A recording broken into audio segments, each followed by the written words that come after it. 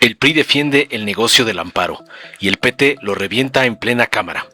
El narcodiputado priista Emilio Suárez intentó desacreditar la reforma a la ley de amparo, acusando al gobierno de Claudia Sheinbaum de disque generar incertidumbre jurídica y de dañar la inversión privada. Sin embargo, su discurso demagogo se quedó en tecnicismos y en la defensa velada de intereses empresariales ligados a concesiones y permisos, revelando la obsesión del narco-PRI por proteger a los poderosos, disfrazando su postura de preocupación legal. Tras oír a otro mandadero de Alito, el diputado Adrián González Naveda del PT le dio una contundente respuesta.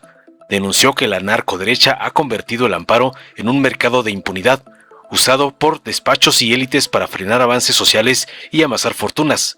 Con firmeza, Naveda defendió la reforma impulsada por Ricardo Mejía como un paso histórico contra la corrupción judicial y a favor del pueblo. Ellos defienden privilegios, nosotros defendemos la justicia, sentenció, dejando al narco-PRI sin argumentos y al Pleno aplaudiendo su intervención.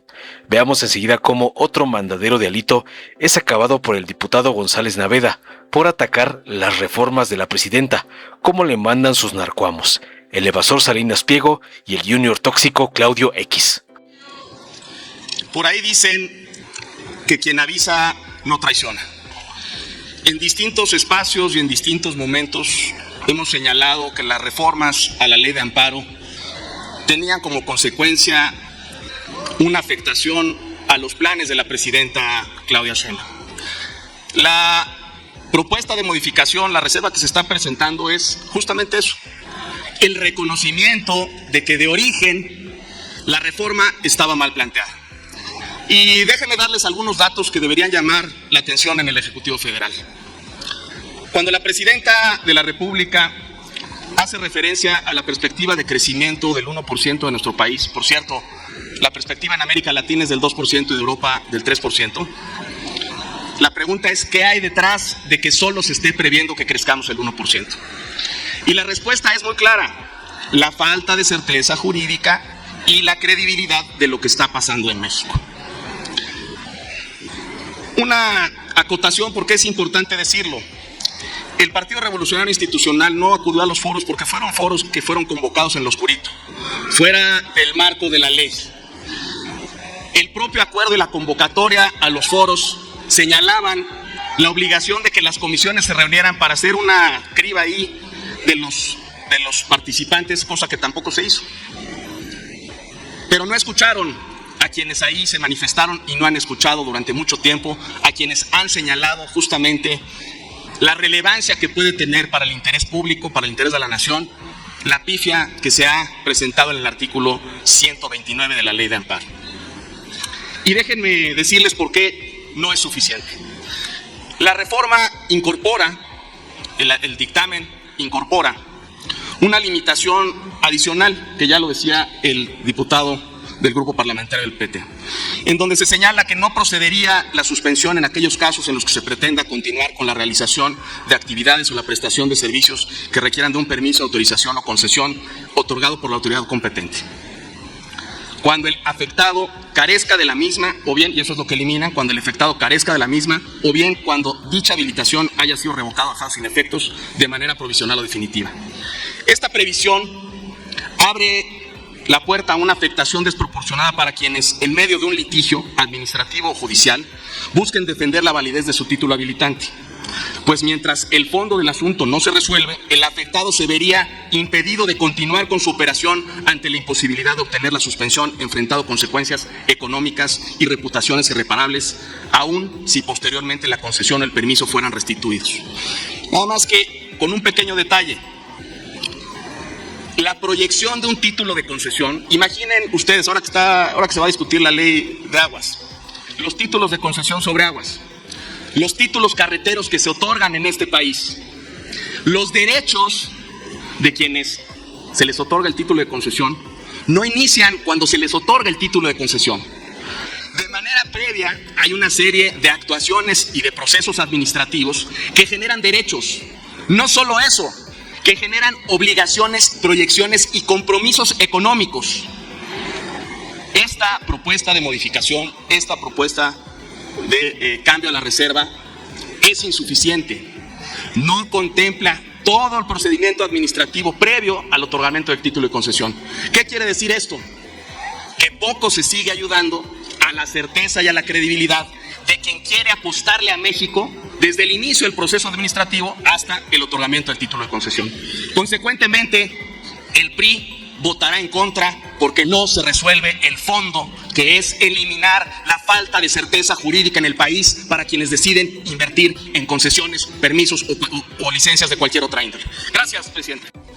Muchas gracias a la Asamblea. Este debate es sumamente valioso porque permite generar mayor construcción de identidad colectiva entre dos rutas que están obviamente en permanente conflicto históricamente, donde hoy además la progresía triunfa pues por el robusto mandato popular que le da el pueblo de México. En este proceso podemos diferenciar claramente quiénes sí estamos a favor de un juicio de amparo como derecho del individuo en contra de los abusos de una autoridad en detrimento del ciudadano, en contra de una lesión jurídica, y quienes defienden la figura del amparo como un negocio, como un mercado de impunidad, como una manera de enriquecer despachos y de favorecer intereses muy particulares, intereses oligárquicos. Mucho de lo que argumenta la derecha para no realmente exhibirse en su defensa de sus propios intereses económicos no tiene además sustento alguno, porque la construcción que estamos haciendo ahorita de la creación de contenido que puede hacer el juzgador es algo que ya en los hechos se lleva a cabo. Existe jurisprudencia en materia de lo que debe el juzgador evaluar como una posible lesión jurídica del ciudadano. El debate más interesante, además, pienso yo, es cómo la derecha se rehúsa a considerar la existencia de un interés social. Cómo en su conceptualización del ente colectivo solo existen particulares en busca de sus intereses y no existe pues una colectividad que también debe de ser valorada, cuidada y respetada. Es un debate que encuentra pues en el entendimiento de lo que auténticamente es una república. Nosotros sí pugnamos por una república, un liberalismo republicano que respete el derecho del individuo ante cualquier abuso de autoridad y no la defensa a ultranza de los intereses económicos de una minoría.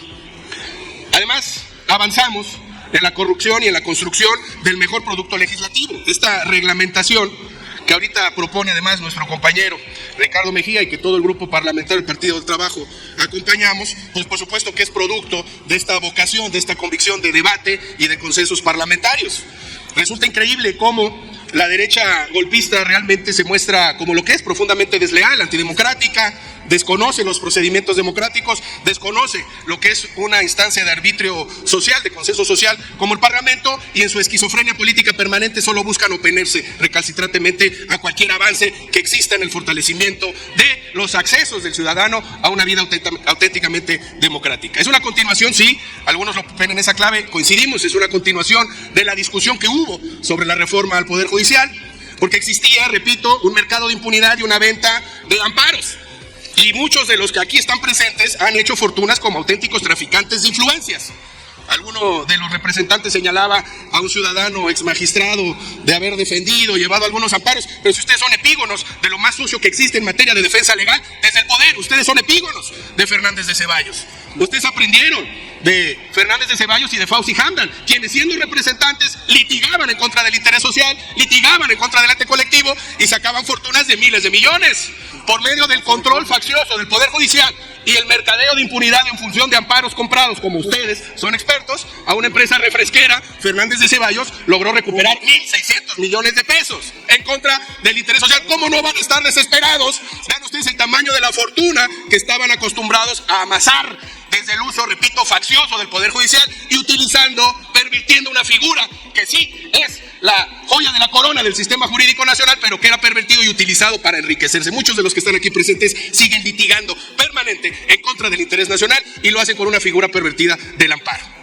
La propuesta además, en el 115 contenida en este dictamen, de que el servidor público deberá garantizar que el expediente se encuentre completo antes de la auditoría constitucional, es precisamente para acabar con esa ventana de corrupción que significaba que el juzgador difiriera permanentemente la audiencia constitucional bajo el pretexto de que no había sido notificada una de las partes.